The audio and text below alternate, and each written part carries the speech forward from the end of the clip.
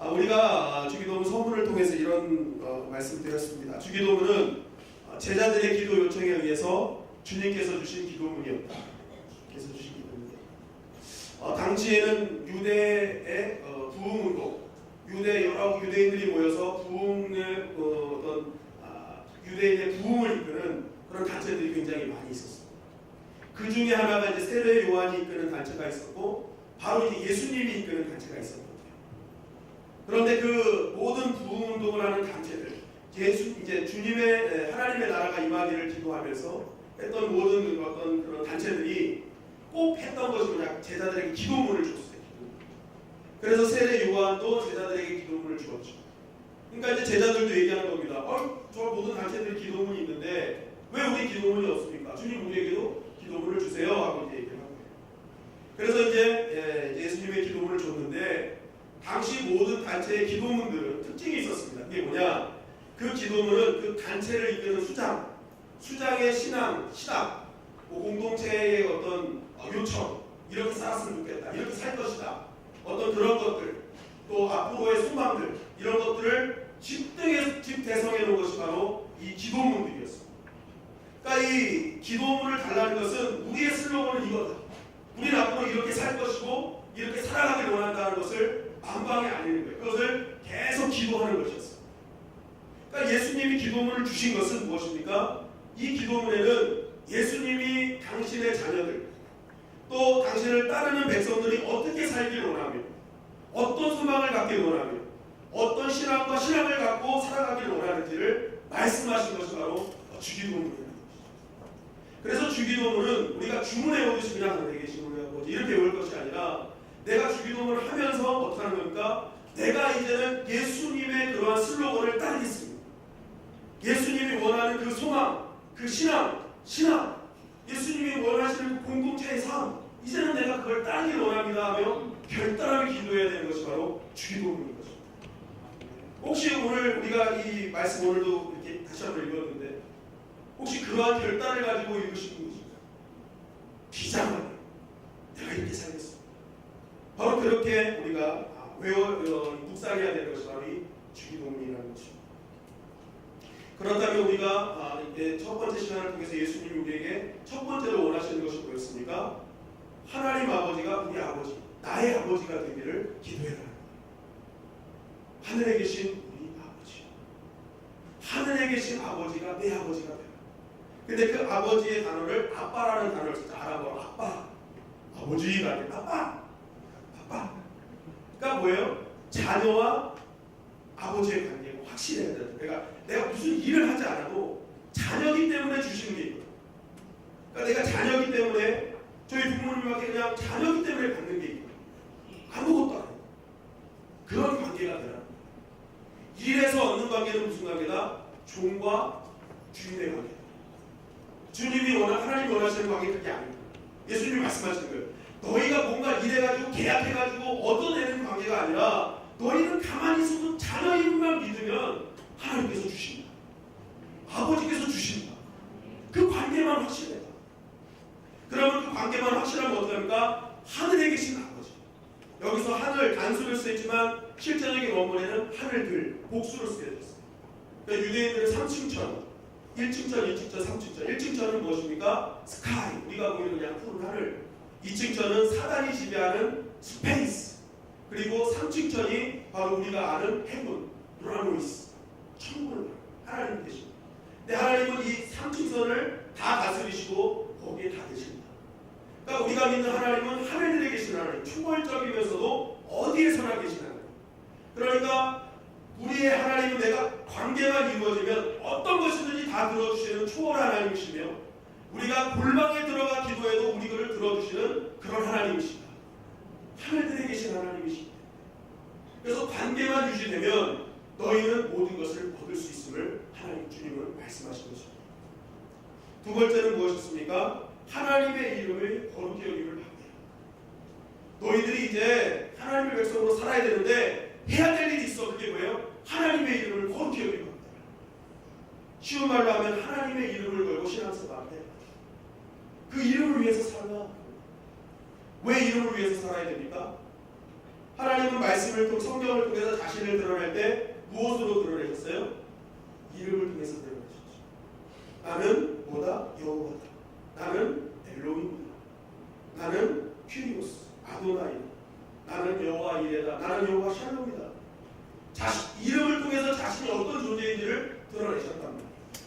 그러니까 우리가 하나님의 이름을 위해서 산다는 것이 결국 하나님을 위해서 사는 것이죠. 그래서 하나님이 다윗을 존귀히 여기신 이유가 무엇입니까? 다윗은 하나님의 이름이 망령되이 일컬을 때, 하나님의 이름이 모욕당할 때 골리앗과 싸웠던 것이죠. 그러니까 다윗은 하나님의 이름과 하나님을 동일시 여긴 것입니다. 그러니까 하나님 그걸 보신 거예요. 아, 쟤는 나를 위해서 사는구나. 그러니까 당신의 이름을 위해서 목숨 건 그를 존귀히 여겨 주신 것입니다. 마찬가지로 우리도 하나님의 이름이 거룩히 여김을 받도록 살 때에 하나님이 우리의 인생을 존귀하게 만들어 주실 줄 믿습니다. 그런데 우리가 하나님의 이름을 어떻게 거룩히 만들 수 있어요? 내가 거룩히 살 때? 여러분, 우리가 얼마나 거룩히 살 수 있습니까? 그리고 우리가 거룩히 사는데 얼마나 하나님께 도움이 될 수 있습니까? 제가 지난번 이설교할 때 간단하게 말씀드린 거, 예나가 저한테 빵 한 조각 갖고 와서 나 이거 한 조각 먹으면 너무 배불러요. 자, 목사님도 한 쪽 드셔보세요. 배부를 거예요. 그래서 제가 먹는다고 그게 배부릅니까? 저는 그거 10개를 갖다 줘야 배부릅니다. 그러니까 예나가 한 개 먹어서 배부른 거 저한테 도움이 안 돼요. 절대 도움이 안 돼요. 마찬가지예요. 우리가 아무리 거룩히 산들 완벽하시고 거룩하신 하나님께 도움이 안 돼요. 그러니까 우리가 하나님의 이름을 거룩히 해드린다는 것은 내가 거룩히 사는 것이 아니라 우리는 죄인이기 때문에요. 매일마다 우리가 하는 일이 뭐예요? 하나님의 이름을 망령되이 한단 말이에요. 하나님의 이름을 막 함부로 말하게 한다.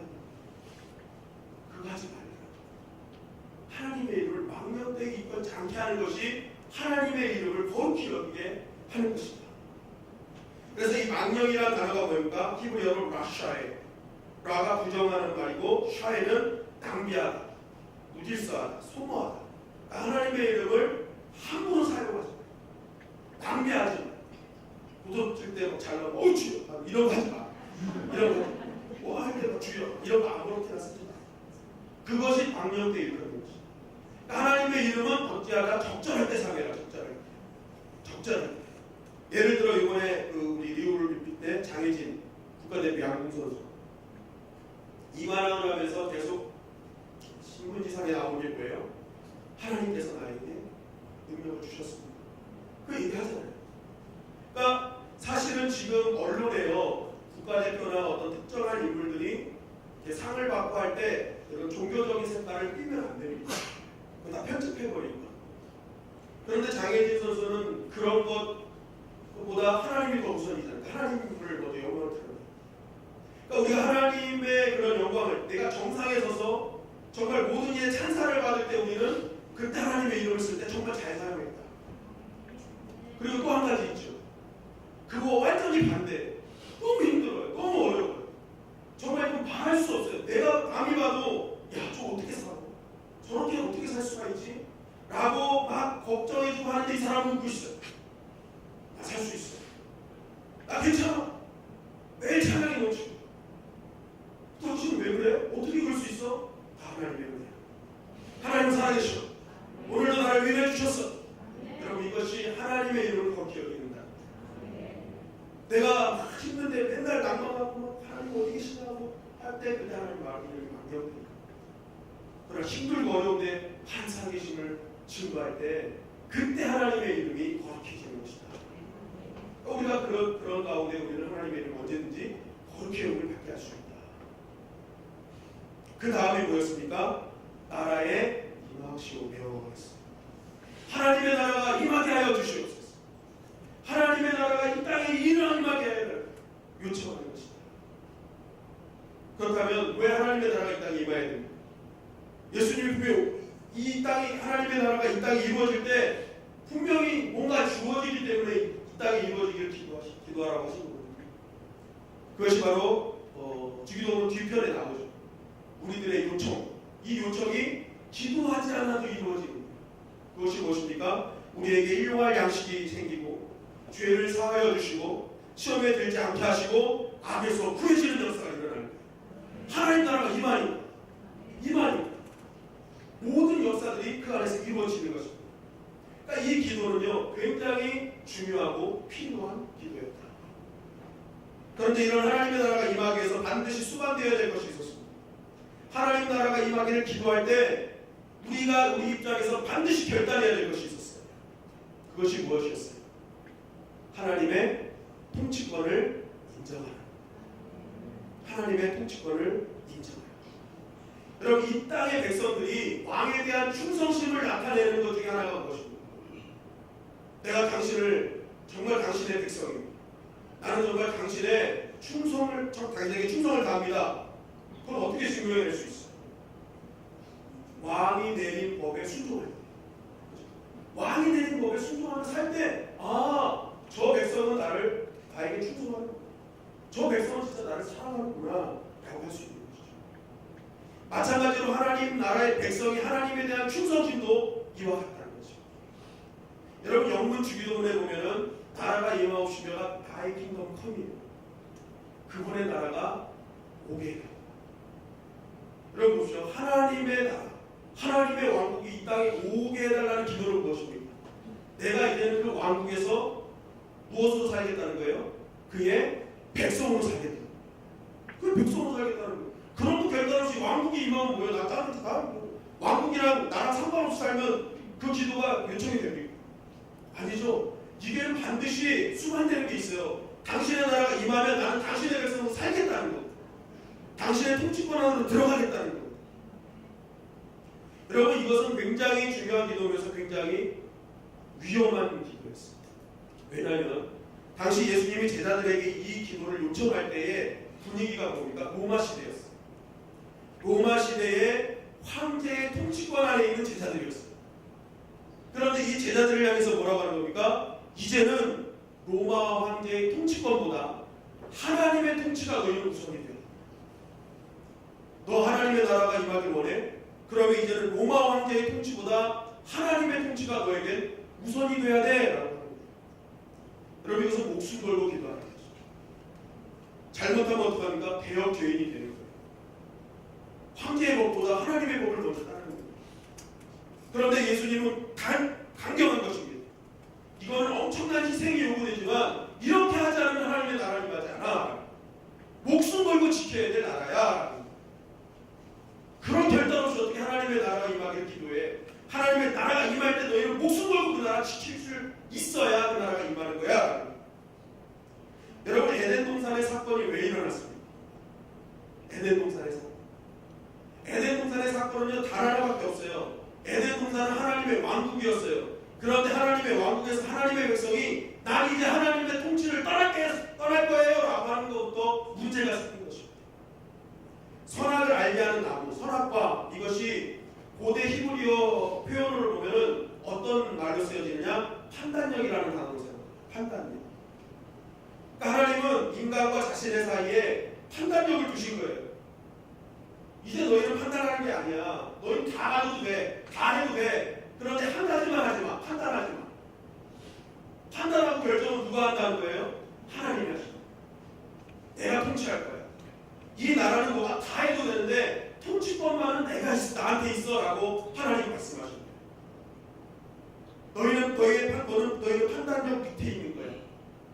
그래서 너희 선악과를 보면서 항상 어떤 생각을 하는 거예요? 내 통치는 하나님 앞에 있는 거야. 선악과를 보면서 인간은 항상 그런 생각을 했어야 돼요.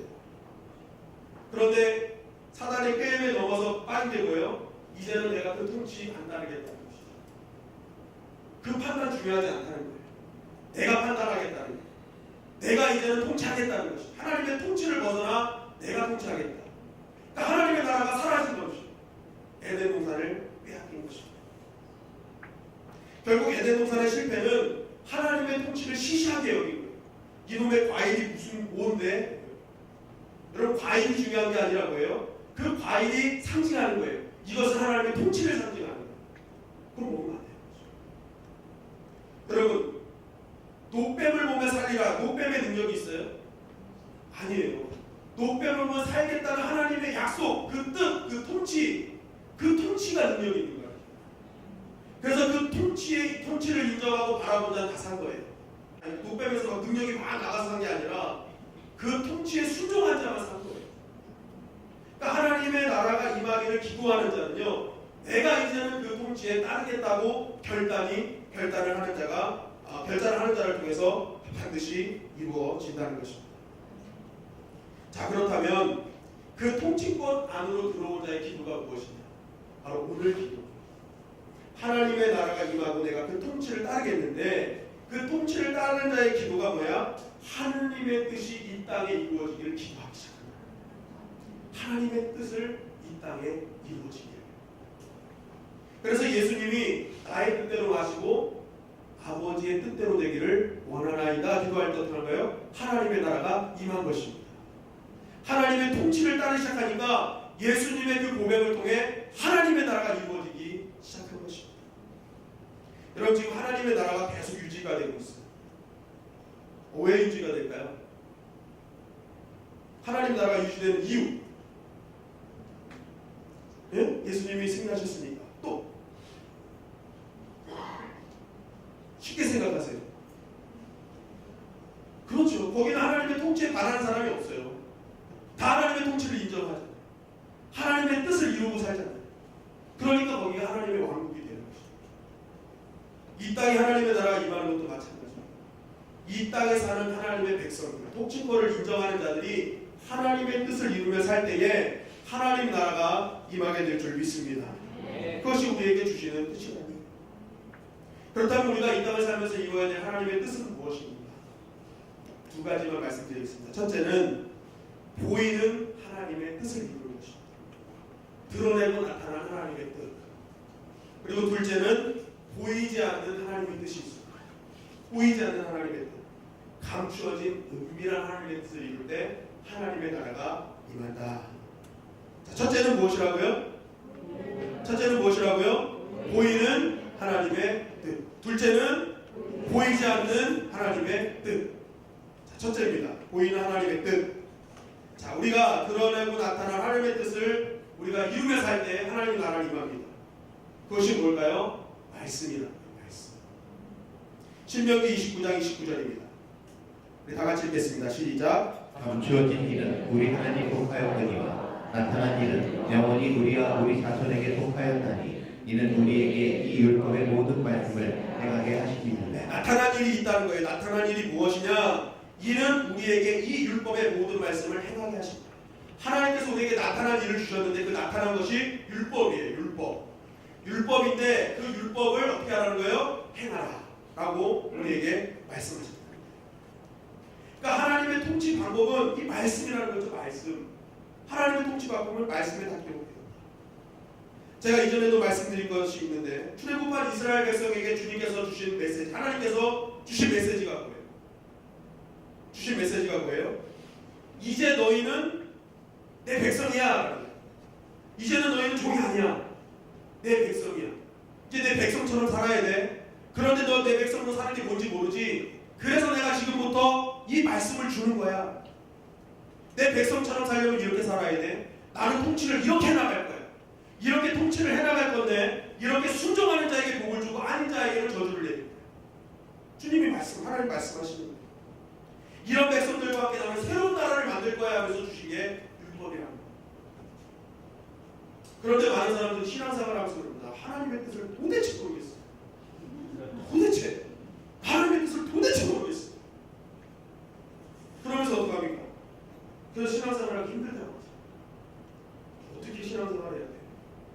여러분, 이것은요, 시험 공부 이제 하는 친구가 시험 문제가 어떻게 나올지 몰라서 공부를 못하겠어요 하는 거랑 똑같습니다. 그럼 시험 문제 어디서 나옵니까? 책에서 나옵니다. 다 아시잖아요. 100점 맞으셨어요, 다들? 네, 시험은 책에서 나와요. 교과서에서 나와요. 이미 시험 범위까지 다 알려줬어요. 제가 대학교 다닐 때 우리 대학원 교수님 한 분은 문제가 늘 동일했습니다. 배운 데까지 쓰시오. 네, 정말 그분은요, 제가 4년 내내 대학원까지 다니면서 문제가 딱 한 문제였어요. 배운 데까지 쓰시오. 정말 대단한 분이시네요. 근데요, 놀라지 마세요. 그걸 제가 다 A뿔을 맞았다. 박수 안 주셔도 돼요. 안 주셔도 돼요. 저 무시하시면 안 됩니다. 제가 이런 사람이에요. 내가 얼마나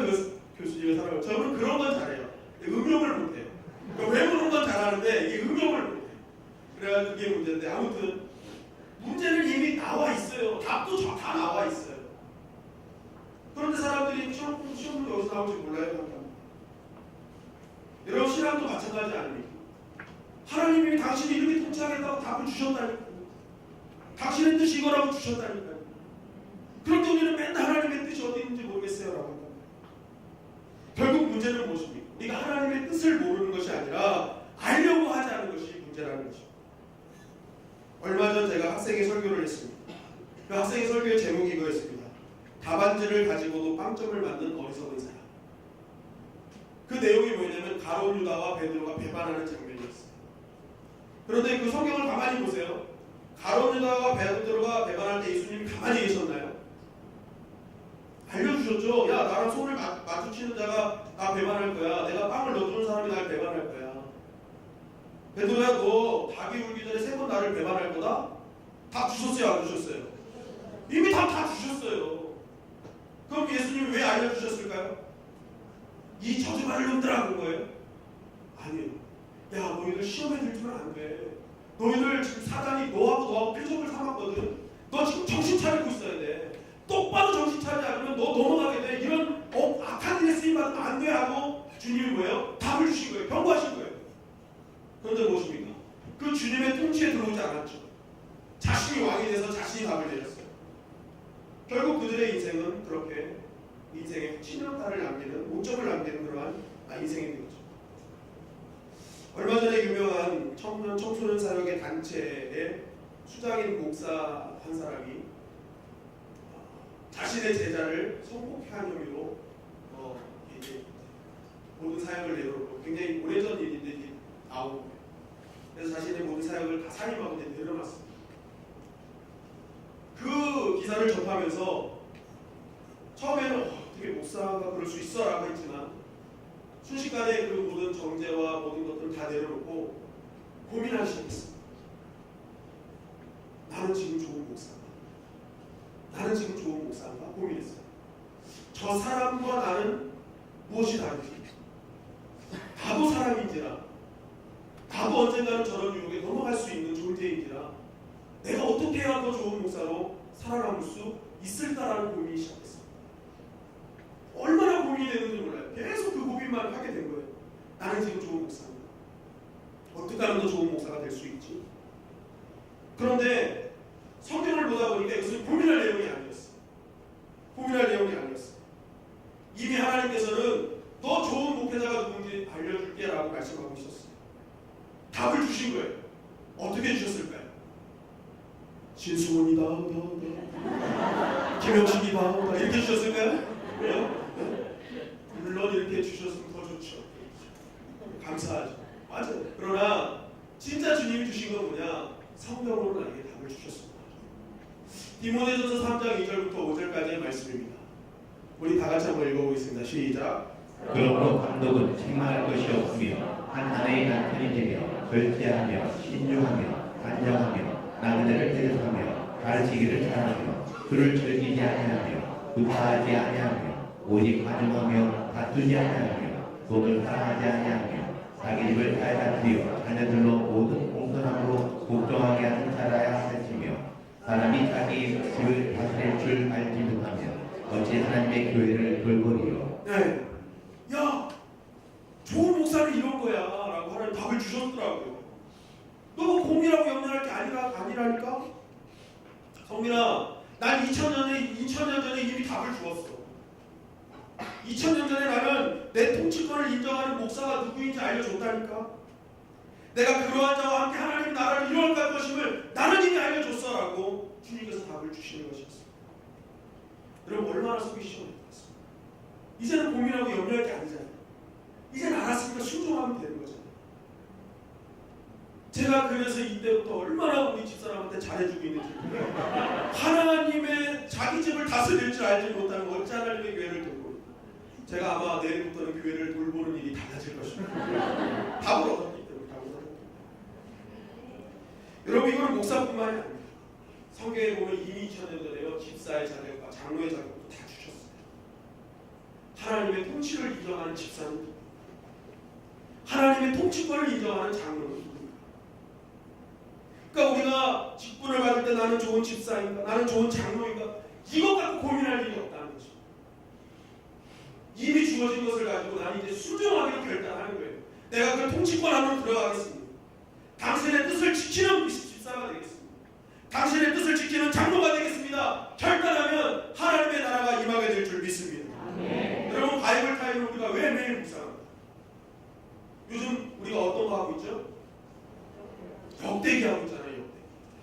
좀 금시초문이게 들리시는 분들이 있는 것 같아요. 지금 역대기야? 그렇게 생각하시는 분들도 있는 것 같은데 괜찮습니다. 역대기를 하고 있어요. 근데 역대기에 보면 지금 수많은 왕들이 계속 나오고 있어요. 여러분, 그 왕들이 왜 나옵니까? 그 왕들이 왜 나와요? 이스라엘 땅의 왕들은 이랬어 라는 거예요. 왕들은 이런 왕들이 살았어. 그거 알려주려고 하는 거예요. 그렇지 않죠. 수많은 왕들이 있었다. 그런데 이 왕들 중에 하나님 나의 통치권을 인정하는 왕이 있었어. 내가 그 왕을 어떻게 지켰는지도 잘 봐야 돼. 이 수많은 왕들 중에 내 통치권 인정하는 왕이 있다. 그가 어떻게 망했는지도 잘 봐야 돼.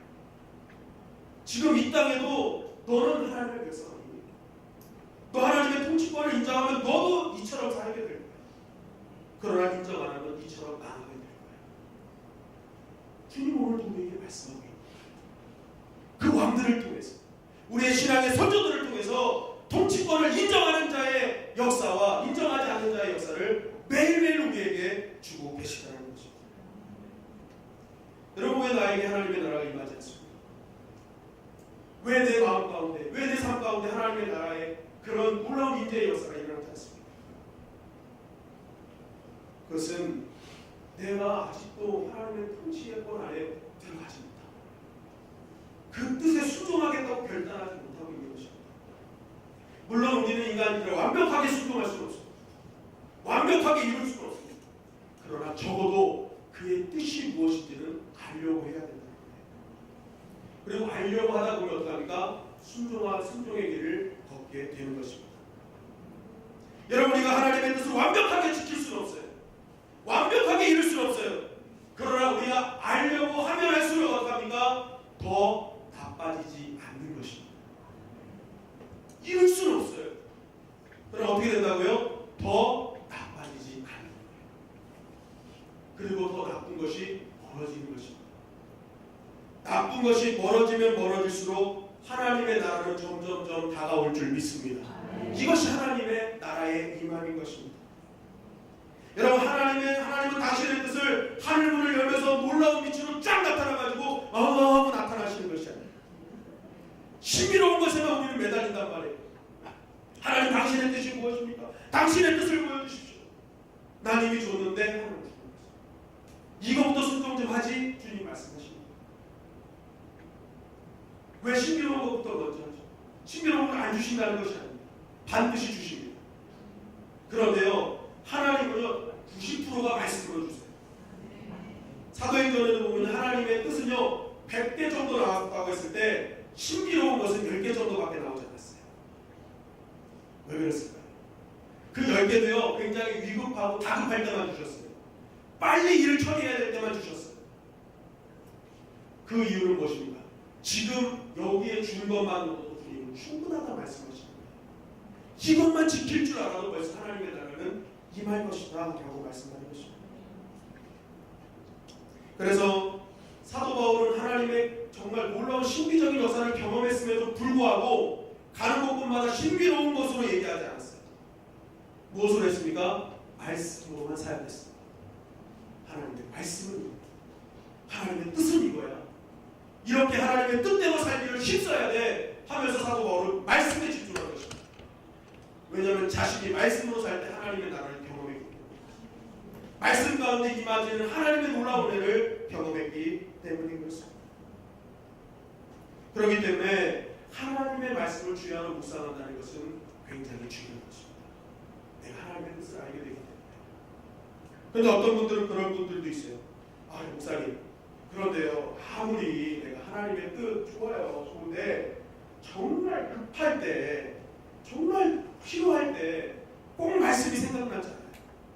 이 방대한 양의 말씀이 무엇을 통해서 내가 알 수 있습니까? 라고 고민하고 질문하시는 분이 있어요. 그래서 제가 누굽니까?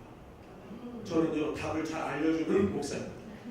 그래서 이렇게 고민되고 정말 순간적으로 뭔가 판단이 되어져야 될 때를 대비해서 제가 몇 개를 알려드릴까요? 네, 저만 보시면 답이 나오는 몇 개를 알려드릴까요? 5개. 이 5개만 여러분 잘 알고 계시면 내가 이럴 때 이렇게 결정해야 돼. 이것이 하나님의 뜻이구나. 내가 이 뜻대로 살아야지 하고 여러분들이 빨리 판단할 수 있는 것입니다. 그 첫째가 무엇이냐?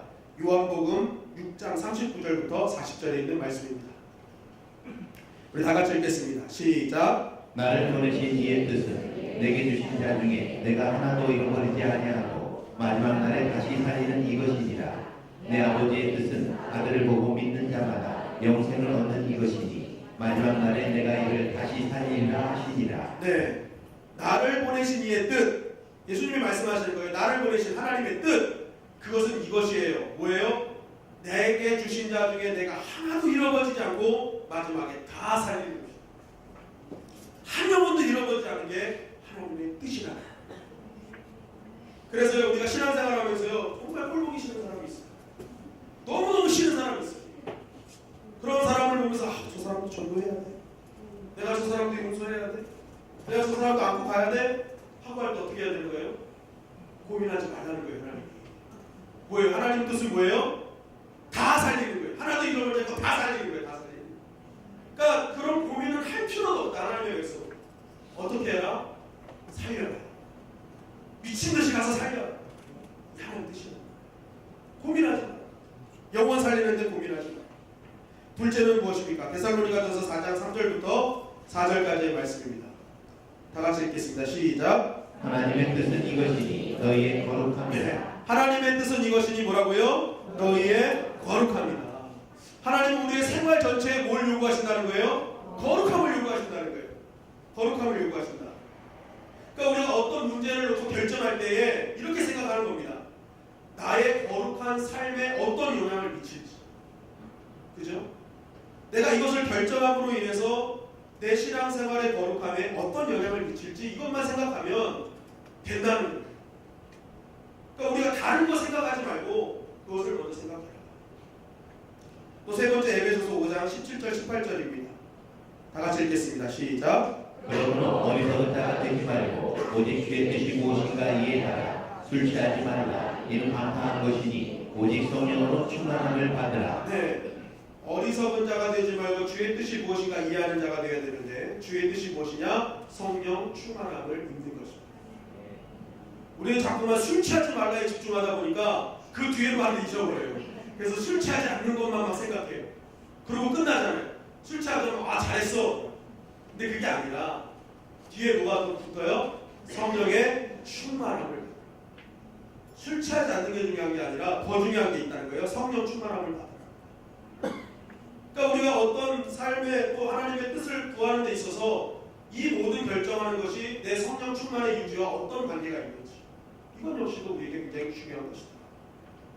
네 번째 데살로니가전서 5장 16절 18절 말씀입니다.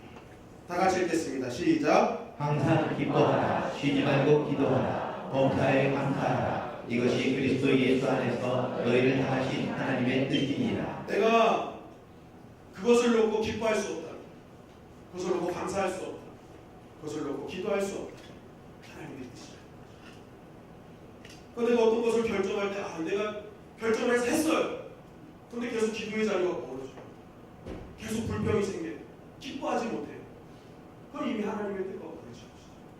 그러니까 내가 어떤 것을 결정할 때 이것을 통해서 더 기뻐할 수 있고 더 감사할 수 있고 더 기도할 수 있다면 100% 하나님의 뜻이다. 마지막 5번째입니다. 베드로전서 3장 17절입니다. 시작. 선을 행함으로 고난받는 것이 하나님의 뜻이신데 악을 행함으로 고난받는 것보다 나으리라. 네, 선을 행함으로 고난받는 것이 하나님의 뜻이다라고 말씀하는 거예요. 우리가 어떤 일을 결정할 때 그건 참 좋아요. 너무 편해요. 즐거워요. 그런데 그게 옳은 일이 아니에요. 고난이 없어요. 어떤 옳은 일이 아니어서 하나님의 뜻에 위배되거나 다른 사람에게 많은 피해를 줄 수 있다. 그런데 또 한 가지 일이 또 같이 들어왔어요. 굉장히 불편해, 어려워요. 그런데 그것이 고통이 따르지만 옳은 일이에요. 그럼 어떻게 하라는 거예요? 힘들어, 어려워도 고통이 따르는 그것을 선택해야 돼요. 옳다면, 하나님께 바르다면, 이렇게 우리에게 하나님의 뜻을 계속 말씀으로 주신다는 것입니다. 그러니까 우리가 자꾸만 하나님의 뜻을 묵상하면 묵상할수록 우리가 염려하고 막 갈팡질팡하는 것들이 없어지는 거예요. 하나님의 통치권 안으로 들어오면요, 우리 안에 염려가 계속 사라지는 것입니다. 사라지는 거예요. 하나님 나라를 향한 생각이 우리 안에 가득 차게 되고 염려가 사라지면서 어떻게 하는 거예요? 하나님의 나라가 계속적으로 임하게 되는 것입니다. 그래서 믿음의 사람은 어떻게 합니까? 따라하시겠습니다. 고스톱을 잘한다. 따라하셔도 돼요. 고스톱을 잘한다. 고스톱을 잘한다. 이게 무슨 말이냐면 가고 서는 것을 잘한다는 거예요. 가고 서는 고, 스톱. 하나님이 가라 하시면 가는 거고 멈추라면 멈추는 거예요. 또 고스톱의 뜻이 머릿속에 이거 생각하시는 거예요. 그냥 고스톱을 가라면 가고 서는 거예요. 그러니까 그곳이 안전한 것입니다. 때로는 서야 될 곳에 서지 못해서 어떡합니까? 더 큰 문제가 있는 거잖아요. 요즘 교통사고 나는 거 다 보세요. 서야 할 때 안 쓰니까 더 크게 나잖아요. 요즘 모든 사고가 다 그렇지 않습니까? 서야 할 때 못 쓰니까 애매한 사람들만 더 많이 나죠. 신앙생활도 마찬가지입니다. 가는 건 누구든지 할 수 있어요. 하나님 좀 서라 하실 때가 있거든요. 서야 되는데 안 쓴다는 거예요. 하나님의 통치를 인정하지 않죠. 그러니까 계속적으로 어떻게 합니까? 내 인생에 하나님의 나라의 임함이 없는 것입니다. 여러분 옆 사람과 인사하겠습니다. 가고 서는 것을 잘합시다. 하나님의 통치권을 인정하는 자는 가고 서는 것을 잘합니다. 둘째는요, 따라하겠습니다. 보이지 않는 아버지의 뜻, 보이지 않는 아버지의 뜻을 잘 이루어야 됩니다. 여러분 이 보이지 않는 뜻이 무엇인가? 그것은 바로 여러분 우리의 삶 가운데 우리가 신앙생활하면서 제일 많이 하는 이야기가 뭐예요? 어떤 일이 벌어지고 난 다음에 하나님의 뜻이 있을 거야. 이건 하나님의 계획 속에 있어. 하나님의 계획이 있는 거야. 라고 로마서 8장 29절 30절입니다.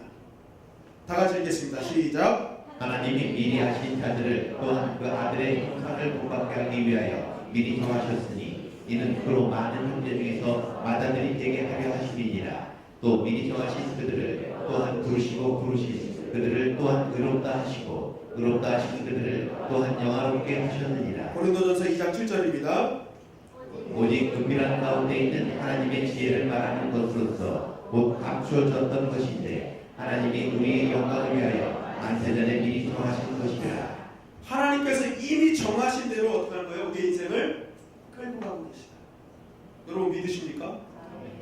믿으십니까? 우리는 늘 그러잖아요. 하나님께서 역사하실 거예요. 하나님의 뜻이 있겠지. 그럼 여러분 한번 생각해 보십시오. 내가 하나님의 오늘 하루의 모든 삶 가운데 역시도 우리가 고백하는 겁니다. 하나님의 뜻이 있어. 하나님의 역사하심이 있겠지. 하나님의 계획하심이 있겠지. 그러면 그 대답 말 속에는요, 결단 속에는요, 오늘 일이 진행되어진 모든 것이 다 하나님의 뜻이라는 거예요. 그걸 믿는다는 거예요. 그런데 그 하나님의 이루어진 뜻 가운데 좋은 일도 있지만 어떤 일도 있어요? 나쁜 일도 있어요.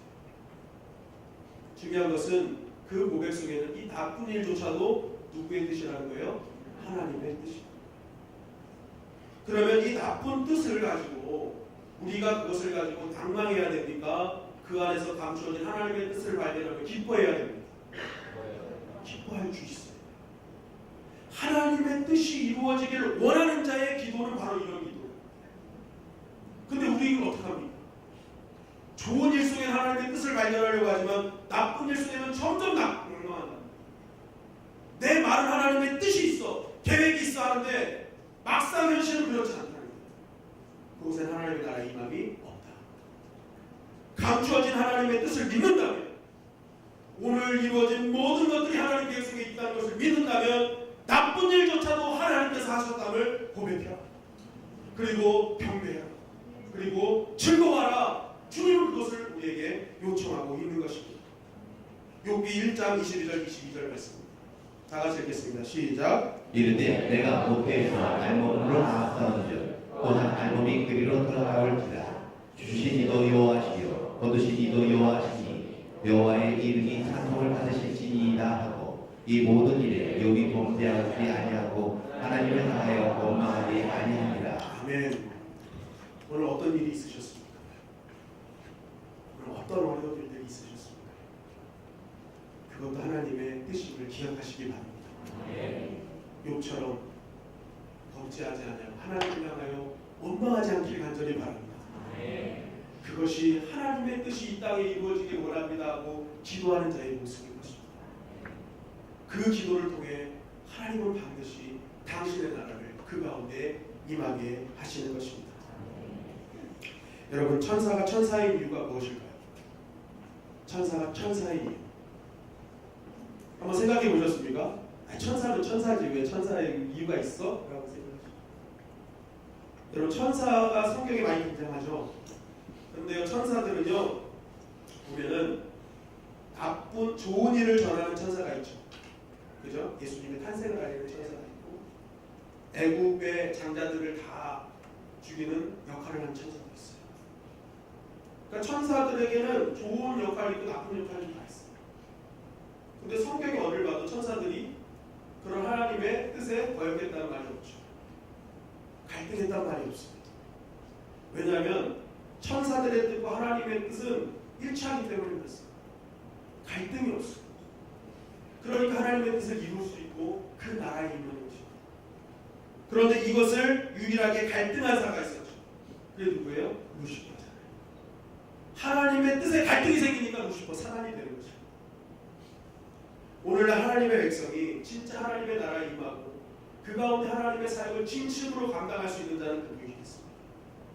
하나님의 통치권을 인정하고 하나님의 뜻과 내 뜻이 갈등 없는 자, 그 자를 통해 하나님의 나라가 임하고 하나님의 역사는 계속적으로 진행이 되는 것입니다. 여러분, 빌립보서 2장 13절은 우리에게 이렇게 증거하고 있습니다. 빌립보서 2장 13절 다 같이 읽겠습니다. 시작. 너희 안에서 행하시는 이는 하나님이시니 자기의 기쁘신 뜻을 위하여 너희에게 소원을 두고 행하게 하시나니. 아멘. 하나님은요 자기의 기쁘신 뜻 그것을 위해서 어떻게 합니까? 그것을 이루는 자를 돕고 계십니다. 하나님은 아세요. 우리가 하나님의 뜻을 이루기에 얼마나 연약한 자인지 주님께서 다 아세요. 그래서 내가 그 뜻을 그 통치권 안에 들어가기로만 결단하면 하나님이 우리를 돕기 시작하셔요. 그것을 이룰 수 있는 그것을 이룰 수 있는 환경으로 하나님은 차근차근 만들어 가십니다. 그래서 결국 그것을 이루는 자, 그것을 하나씩 하나씩 이루는 자를 통해 하나님의 나라가 임하는 역사를 경험하게 하시는 것입니다. 여러분, 우리 결단하는 마음 되기를 간절히 바랍니다. 내가 지금은 할 수 없지만 나의 한 걸음 한 걸음 하나님의 뜻을 위해서 살기로 결단할 때 더 나빠지지 않고 아픈 것을 점점 멀어지며 하나님의 나라는 나에게 점점 다가오게 될 것입니다. 여러분, 오늘 이 말씀을 꼭 기억하셔서 하나님의 나라가 임하는 놀라운 은혜를 경험하는 저와 여러분 되시기를 주님의 이름으로 간절히 축원합니다.